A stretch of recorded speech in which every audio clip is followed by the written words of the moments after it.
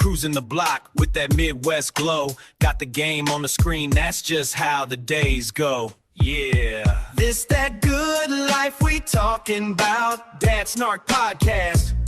Let it all hang out. Yeah, this that good life we talking about. Dad Snark Podcast. Let it all hang out. Well, hello everybody. It is Kyle. I am coming to you from my basement. It's been a little while. I know I have had a special report since the trip, and then I've had an episode of the Hawk Picks podcast, but here we are with a full episode of the Dad Snark podcast. So, not sure where the future lies and what all is going to happen, but I know there's going to probably be some changes in the future here by fall, probably. So I will keep you updated on that as it materializes, I guess you could say. So what's going on that's good in my life? Well, you know, that vacation. The vacation was amazing. Yes, it was outrageously pricey. There's no two ways about that. That being said, I would have to just use the old phrase, you get what you pay for. It was pricey, but man, it's unlike anything I think any of the four of us have ever experienced. So, pretty cool stuff. The ship and our rooms and everything were awesome. The food was awesome as soon as we figured a few things out. And then the onboard activities were fun. They were great. The excursions were awesome that we went on. We had a great time there. Yeah, it was a good time. Really, the only complaint I could possibly have, which no one can control, is that the weather kind of sucked. When we were on the boat, we never really got the chance to go swimming or hang out outside or anything because it was so cold and so windy. So it just really wasn't even a possibility. So, you know, I got a couple new swimsuits, so does my wife and my kids, but yeah, we didn't really use them there. I know the kids went up one evening and they went and hung out in the hot tub for a little while, which was great. But other than that, I mean, really there wasn't a lot of outside activity going on the boat. Now, on land, when we were in Mexico and stuff, it was fine. The temperature was fine. It was kind of warm. It was very sunny at points. Definitely got a little bit of sunburn. I know my son did too. But, yeah, I mean, again, that's nothing anyone can control. So I'm not going to really go into that too much. It's kind of pointless. And let's see. Yeah, the general situation, though, and the trip and everything were pretty awesome. It was a tight schedule, 7 days. We, got on the ship, and I mean, before you knew it, it seemed like we were getting off the ship. It's pretty wild, but it was really cool. The ship was really awesome, and I know it's not the newest one of those ships. I know it's also not gigantic as far as those cruise ships go, but it was pretty darn big for us. It really was kind of like a big floating mall. It was awesome. We had a good time. I will put some pictures in the notes, so the normal link to the photo album, and you can go there and kind of check out what we experienced. Yeah, but it was really cool. I mean, the things I didn't really know about. Okay, the things I didn't really know about as far as the ship goes, I didn't know that the ocean really has so many different colors. Everybody thinks blue, right, when you think of the ocean? And that's true for the most part. I mean, generally, it is a blue. But it's various shades of blue. And, I mean, there's times when it looks black. it's really a trip. And then the sun comes out a little bit more, and then it's kind of a lighter blue. It's really pretty cool, and it was kind of fun just to step out on the balcony and take a look and just see it. Didn't see a lot of different stuff out there, mostly just the ocean. I mean, it is the Pacific Ocean, pretty big.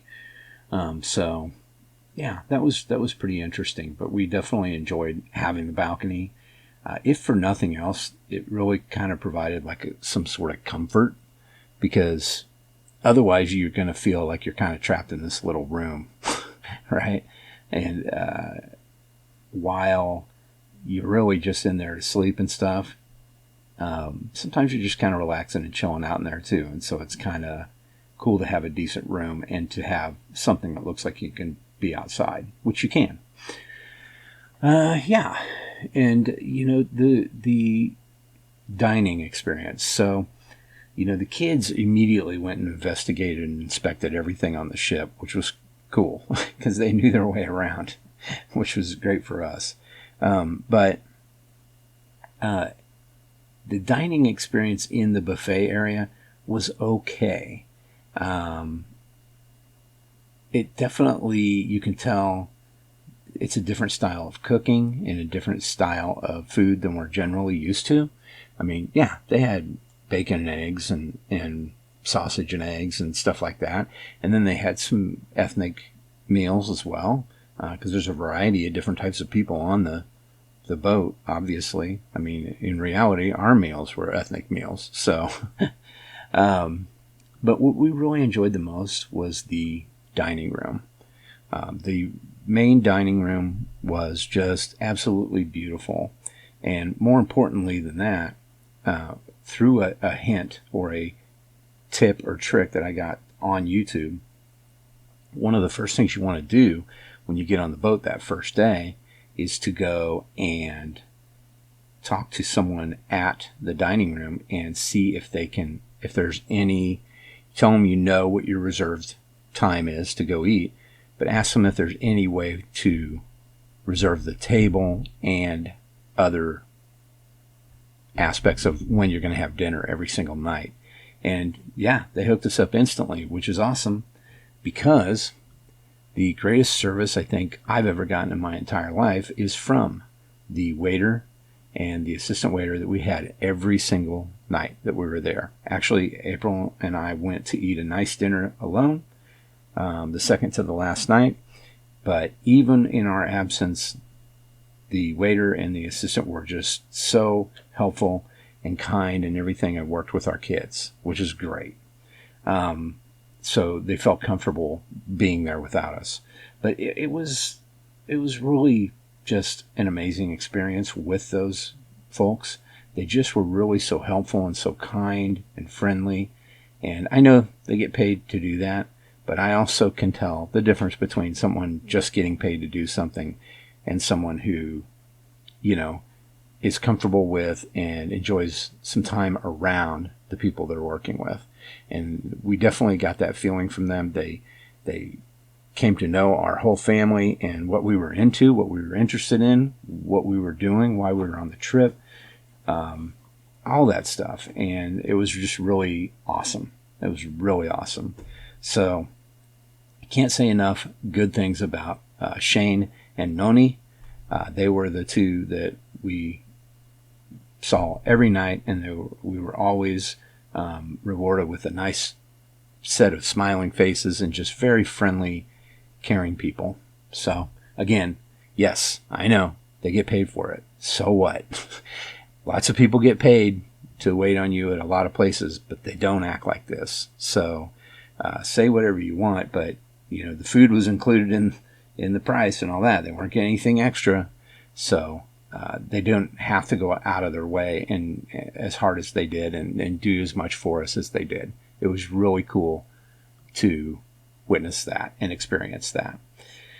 And then, you know, the excursions were cool. The first place we went to was Cabo San Lucas, which, and I'm going to go through the whole trip quickly. Sorry, I'm taking too long. The first place we did was Cabo San Lucas. My wife and I have been there before. But it was a little bit different. This was the only place that we went to that had tender service. So you had to go down to the bottom of the boat, to the bottom level, and then you had to get on little boats to go to port. They didn't have a big enough dock for the cruise ship to dock at, or they only had so many docks. I can't remember what it was.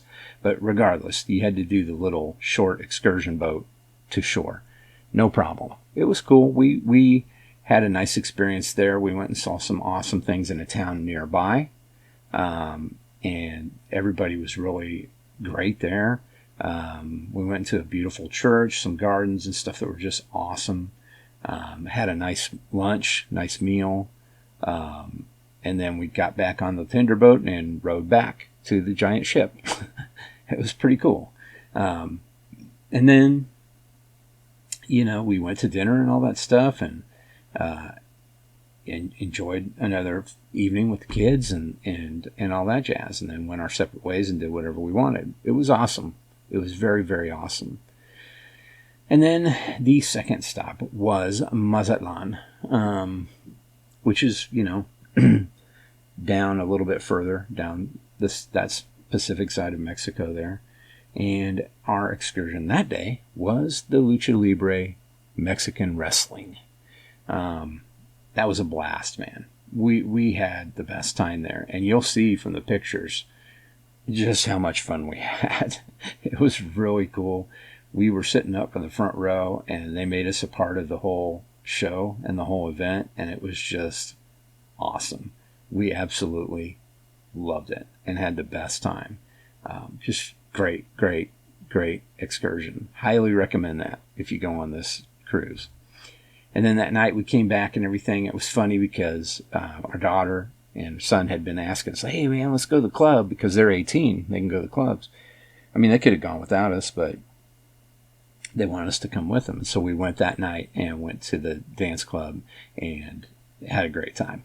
I mean, we all just really enjoyed ourselves. Then we went to the last port, which was Puerto Vallarta. And at that one, we took an excursion where we went kind of out away from the city a little bit. And it was kind of out on a farm distillery land. And it was just really awesome. There was a tequila tasting we did. The kids got to take part in that stuff. I don't think they cared as much for it. But it was still kind of cool to be able to do. And it was a lot of fun. And then they had some awesome dancing and singing and stuff. It was really cool. There was a contest where I had to wear sombrero and drink tequila, which is not an issue for me. The sombrero was kind of tight and heavy. Didn't feel very great. And then there was some piñata action, and the kids got in on that a little bit too. But I got some video of that, you'll see. And then we were back again. We had another nice meal out and all that. Went with the kids to the arcade, kind of saw what they were doing up there and how they were enjoying themselves. They definitely had a blast. Glad we got that arcade set up like my wife had suggested. It was really cool. They had a lot of fun farting around up there and winning some prizes and stuff. And then that second to last night, like I said, after the last deal we went to, my wife and I went to their restaurant on board, a little bit higher scale restaurant, which was called Chops. It was awesome. Had some incredible steaks there. And then after that was over and everything, we met up with the kids and we went, and there was a night of activities that was just awesome. Well, first off, there was a comedy show, and the kids were able to come to that, and it was more adult-oriented comedy, but they were just dying laughing at it. And then when we went to this kind of game show situation, same thing, all adult-oriented, but it was so much fun. My daughter got down there and was able, my son didn't move kind of quick enough on this one, but she got down there and she was part of the female team of 6 women, and it was men versus women, and it was just really cool. My son did get down there for when they tried to get every man into the ring, and then I was also down there for one of the contests that happened. But it was just so much fun, man. We had a blast. And then they started up another period where the kids were down there, and they were actually part of the show the entire time. and they were the team for where we were. So the section that we were sitting in, they were the hype men for our team, which was awesome. So we had a blast. And they just really did a great job at it and had so much fun. And then the last night we were there, we actually went, and there was an ice skating show that we went and saw. Yeah, there's an ice rink on there and professional ice skaters. That was really cool. We had a great time there. And then we went and had dinner and saw our friends Shane and Noni, and that was a really heartfelt goodbye, to be honest with you. They were so cool and they were so nice, and you'll see a picture with us and them, and they just really kind of became a part of us and a part of our family. I don't even know how to explain it, but it was really a cool bond we had.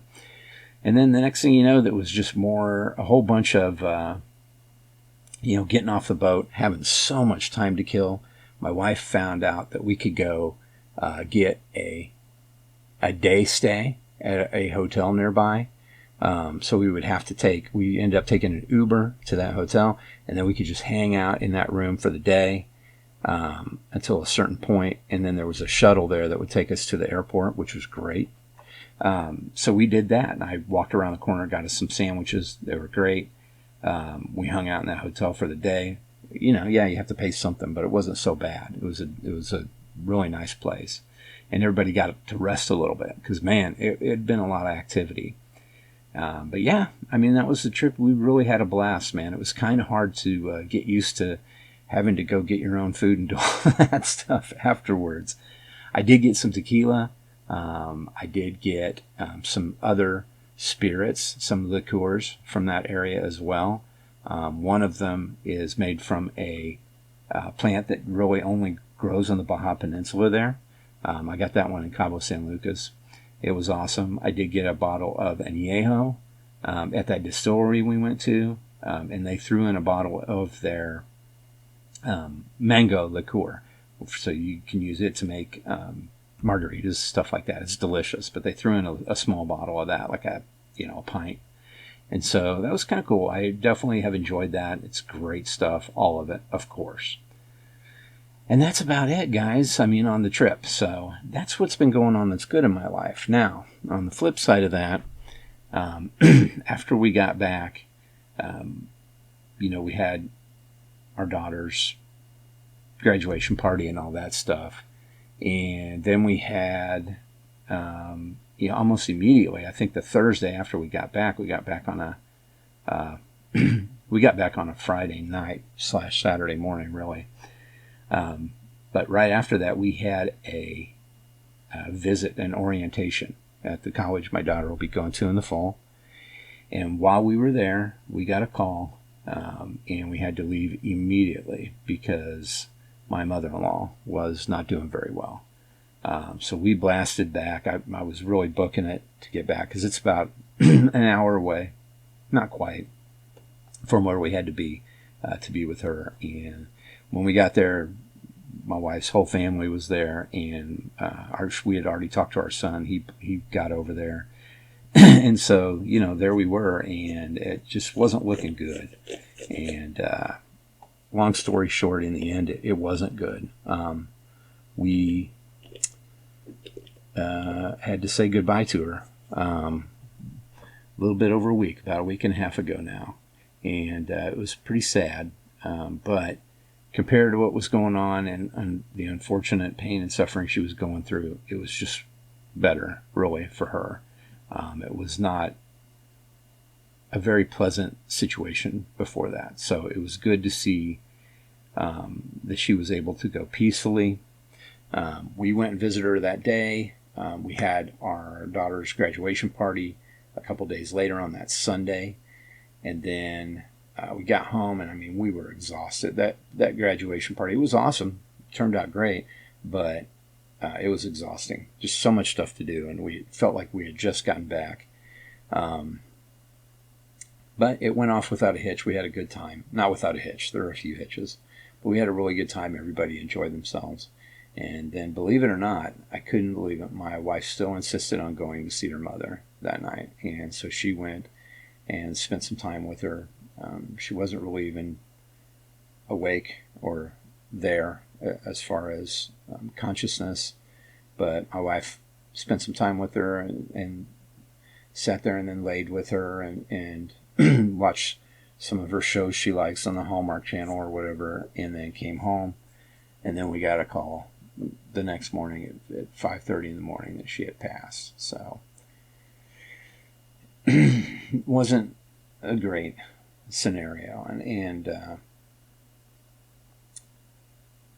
again, going in your sleep sort of in that type of situation with no pain is good.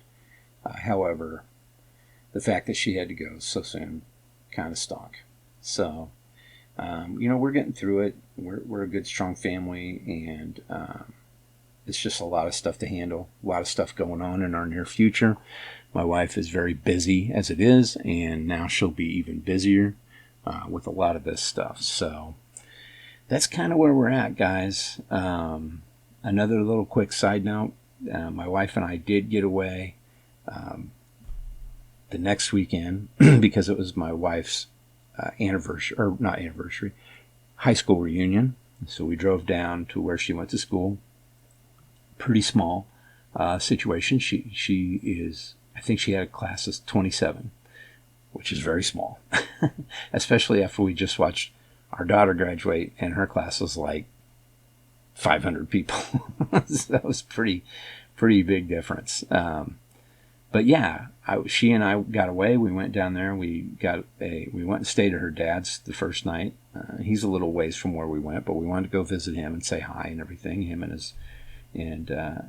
his wife, and we hung out with them for the evening.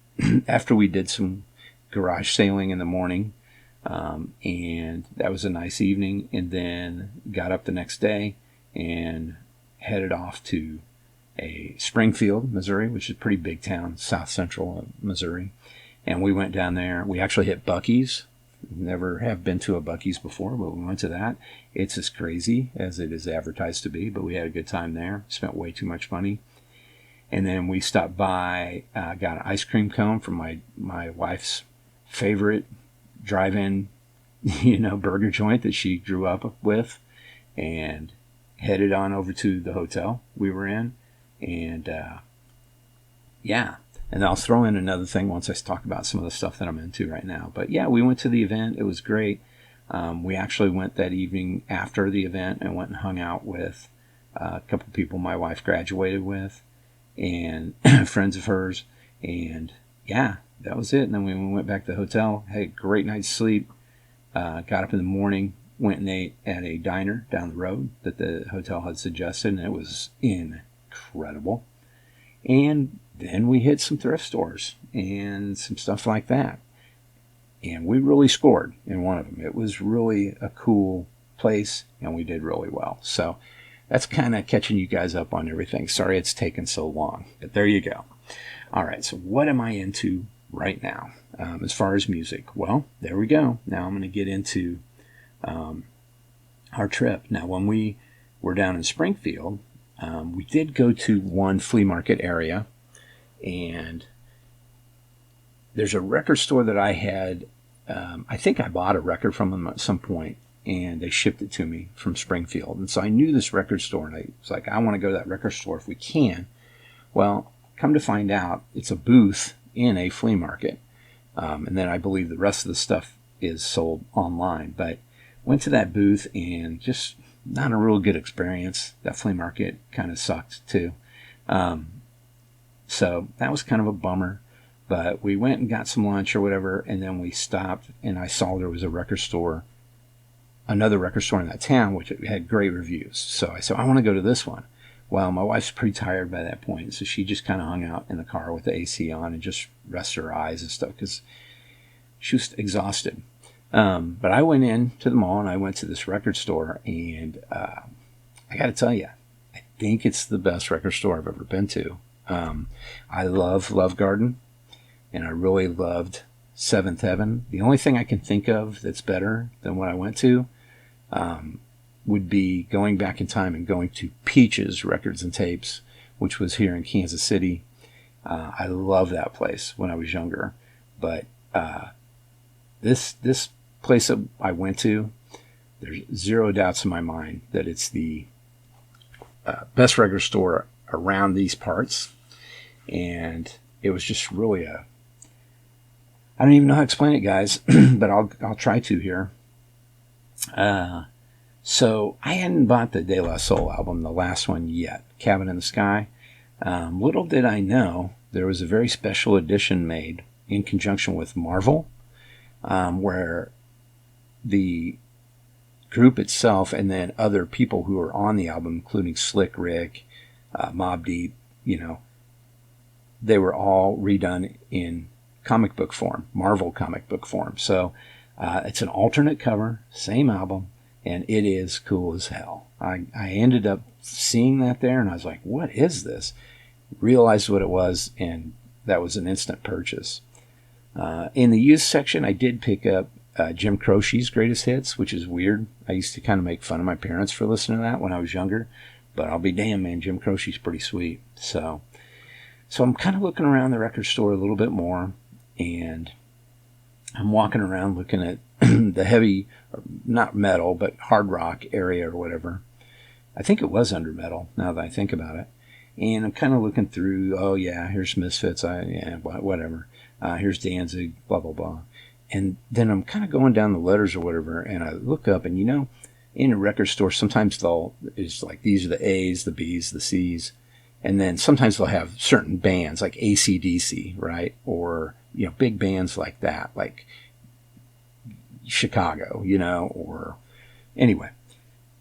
They had one of those special signs written out for a band, which I've barely ever seen any of their albums in person in a record store. Anything really that I've gotten. I did get one at Record Store Day once.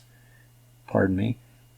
And I also did get one mail order. So never seen this band have records really for sale in a lot of record stores. Well, the band is Porcupine Tree. Now, they are a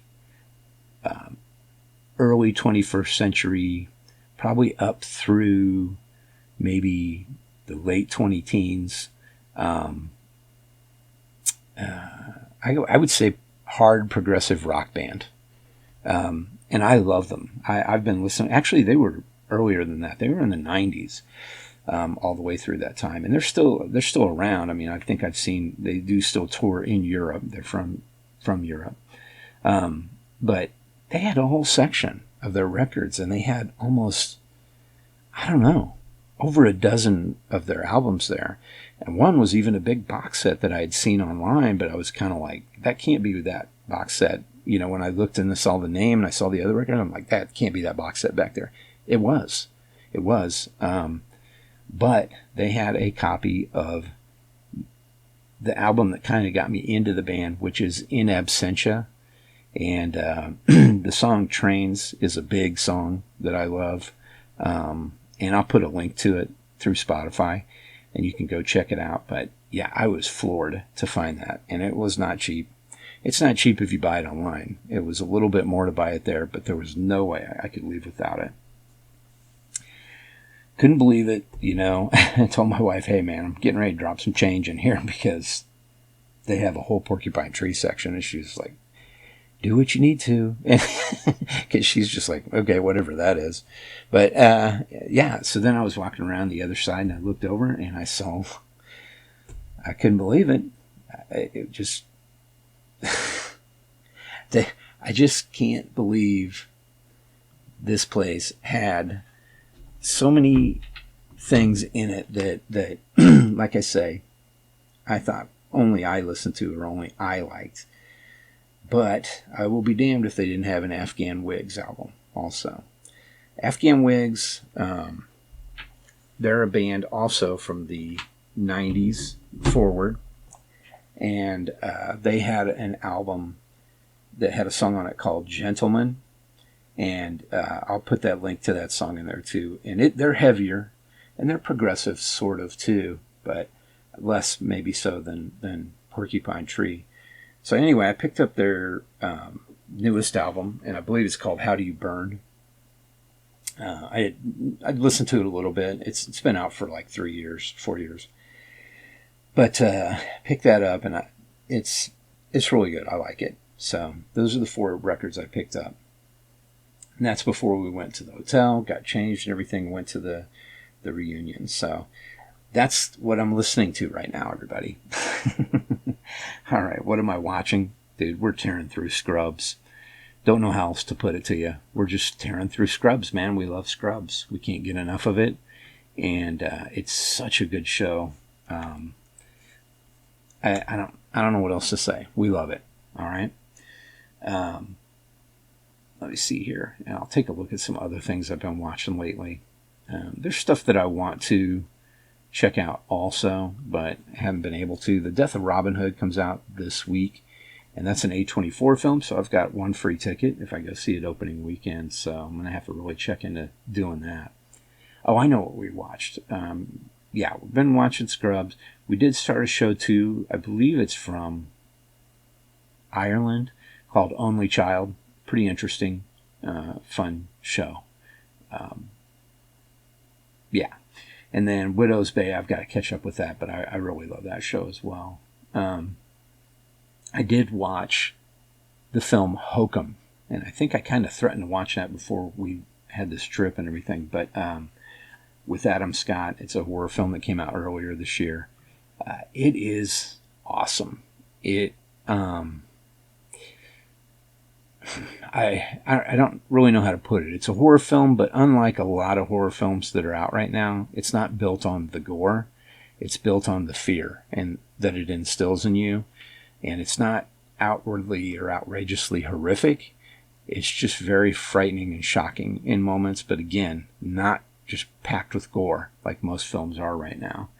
I highly recommend that. If you want a good ghost story and a good horror film that's not ridiculous, even though it has some elements of it that are kind of, it's a good story.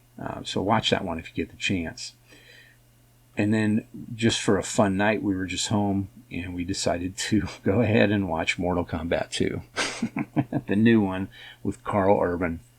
It was big, dumb fun. We had fun watching it. It was stupid, but we had a lot of fun. So that was cool too. But that's about it really on what I'm watching. I mean, there's some things I want to watch. I do want to watch that film Anora. It came out a couple of years ago. It was up for some Oscars and stuff. Pretty racy for what I understand, but supposedly a really good film. There's another film too called The Story of Everything that has just come out recently I want to watch. There's some movies out there that I want to get into and watch, but I can't really think of much else besides those that I've just talked with you guys about. Yeah, nothing else really. I wouldn't mind watching Exorcist II: The Heretic. Oh, I know one I did watch also is The Visitor, which is from, I believe, 1978. And boy, it's a wild one. John Huston is in it. Gosh, who else is in that movie? That's crazy. I can't remember. I just watched it. But it's kind of was a takeoff on The Exorcist, I would say. Definitely nowhere near as good. Yeah, 1979 is what it says. Glenn Ford is in it. Mel Ferrer. Lance Henriksen, he's pretty young in there. He's in it. Shelley Winters is in there. Sam Peckinpah is in there. So if you're filming, you know these people that I'm talking about. But long story short, it's more... Franco Nero's in there, by the way. Yes, Django, from the original Django film. I mean, the way that I would really explain it is if you take some aspects of Star Wars or some science fiction from the 70s and you mix it with The Exorcist, this is what you get. It's directed by Giulio Paradisi. He directed it under a surname Michael J. Paradise, but it's a giallo director. And you can definitely tell that when you're watching it. It's really interesting, but it's also pretty bad. The cool news is I own it on 4K now. I bought the special edition that came out. It's pretty funny. I guess Kareem Abdul-Jabbar's in there. I don't remember seeing him. Oh yeah, he plays one of the. You don't ever see his face. And then Franco Nero, yeah, Franco Nero plays Jesus Christ. Pretty cool looking Jesus Christ there. John Huston is Jerzy Koslowitz. Kolsowitz.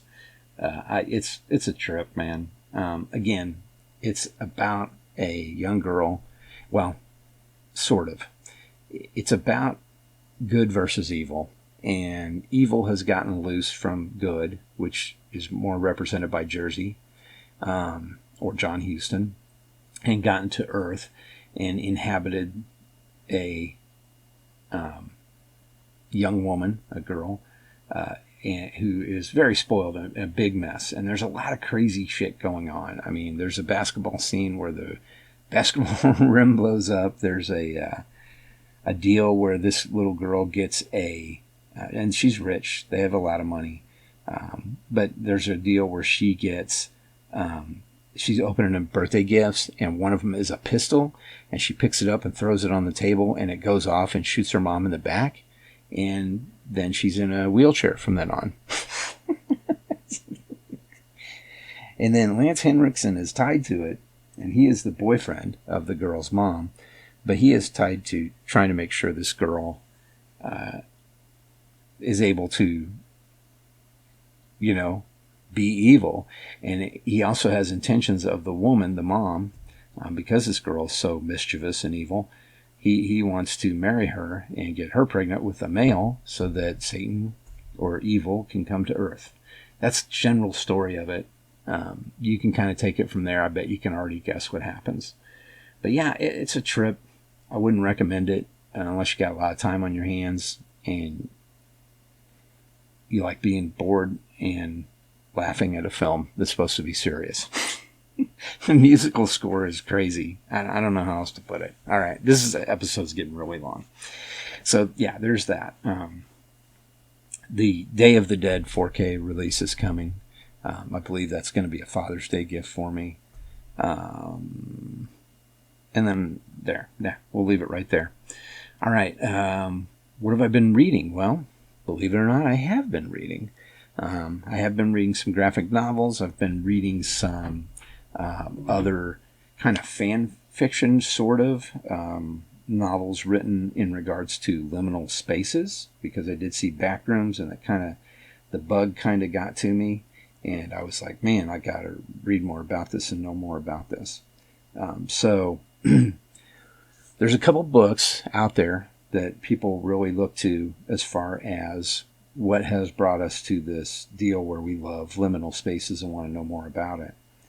And one of them is called The House of Leaves. I think it was written in maybe about 10 years ago or so. And I did get a copy of that, but it is not a normal book. You actually have to sometimes read it upside down, move forward and backwards within the books, or read it from the side. It's really pretty convoluted, crazy deal, but I'm game. I got a copy of it. I'm ready to read it. There's another one that I got on audiobook. And let me see what that one's called. This is another one they refer to that you should check out if you're into this liminal spaces thing, and that is called The Hollow Places. It is written by T. Kingfisher, and I've been listening to that audiobook. I got about 7.5 hours left of it. It's more plain vanilla than this House of Leaves is, but it's a good story, and I'm definitely enjoying it. And then I did pick up a novella by someone else here. Let me see what that one's called. It is called Jeff's Long Weekend in the Back Rooms, and it's about a guy who is an electrician or something at this big corporate center, and ends up getting locked into that place for the weekend and finds liminal spaces and is walking through those back rooms, sort of thing. So that's cool. In addition, A24 sent me the latest issue of their zine, and it is Backrooms inspired, with a story presented by Kane Pixels, or Kane Parsons, who created Backrooms, written by another woman from the past, from quite a while ago, called The Yellow Wallpaper. So pretty cool. It has part of a map also of Backrooms from the film. Dude, A24 is just really cool. Definitely. As a matter of fact, I am actually wearing, which came today, my Async Research Institute ball cap that I got from A24. As a member, I had the ability to go get that ball cap, and I sure as heck did get one. So I'm wearing, sporting that puppy right now. But yeah, so I have been reading. And then there's another book that has come out in the last, I think it was even this year maybe, but let me see here. And I asked for this for Father's Day, because they were kind of looking for stuff for me to get. It is called S. And it is written by J.J. Abrams and Doug Dorst. And it's very similar to The House of Leaves in that it's kind of a story you have to work at reading. It's a book, but it has like stuff written in it, like handwritten in it too, notes, things like that. There's maps, photographs, stuff like that within the hardback book. And it's kind of an adventure as you're reading it. So I hope that comes through. I definitely would love to read that one as well. So I'm looking at doing some reading. I just got to do some reading. All right. Let's see, gaming, nothing really there at all. I need to, but I just don't have time. There is a new game, actually, on my phone that came out for Android and for Apple, I believe. And it is really a good time. I would highly recommend if you get a chance to play this one. It's a Nintendo game, and it is called Pito Nico. And what it is kind of reminds me of WarioWare games, where it's a bunch of different kinds of weird puzzle games and stuff that are just kind of silly. But it uses your photographs. So it's pretty cool, because as you're playing it, you see, picture your wife, and you have to make her eat a sandwich real fast or something goofy like that. It's really cool. Kind of a neat game. Podcasts, nothing new there. Everything's about the same in that respect. I don't think there's anything new. Let me take a look here real quick and see. But I don't think there's anything new there that I have been getting into that I haven't talked to you guys about. Another AI podcast, the AI Daily Brief. But then, same old stuff I've been listening to, man. Nothing really new. So that is about it, guys. I'm sorry this episode was so long, and I'm also not, because I had a lot of stuff to tell you. But yeah, that's what's going on. I will catch you guys in a couple weeks, and there'll be a new Hawk Picks episode next week, and there was one from last week. So I will put that link in the notes, along with those tracks from Spotify that I was talking about, those bands, Porcupine Tree and, oh my God, what is wrong with my brain? Whew. It's just been a lot going on, guys. I will put those songs, gosh, that's so sad. Afghan Wigs. I will put those songs in there, or at least links to their band's Spotify pages. So go check those out. And that's it. I will catch up with you guys real soon. I appreciate y'all listening. I'll let you know how the, Day of the Dead is my favorite Dead film by George Romero. And it's interesting because I had a copy of it. I still have the copy on DVD that I bought. It was a special anniversary edition. And Romero kind of introduces the film, because he was still alive then. And one of the things he says is, I made Night of the Living Dead, and some real weirdos like that one. And then I made Dawn of the Dead. Man, you kind of got to be a freak to watch that movie and like it. But the real sickos love this film, Day of the Dead. And it's a really gory film, but I just kind of like the story in it. It's a little bit different too, because there's experimentation going on with the zombies, and they're figuring out that they can communicate and they do understand things. Pretty cool. And maybe even might have a possibility of being able to speak. So, yeah, I'm looking forward to watching it again. But it is a gory one. So I don't think the missus will be watching that one with me. But thanks for listening, guys. I really appreciate it. Like I said, I'm going to go ahead and throw a link in the notes also, that so you can donate to my mother-in-law's church that she went to. I may not be a big church guy, but she definitely was.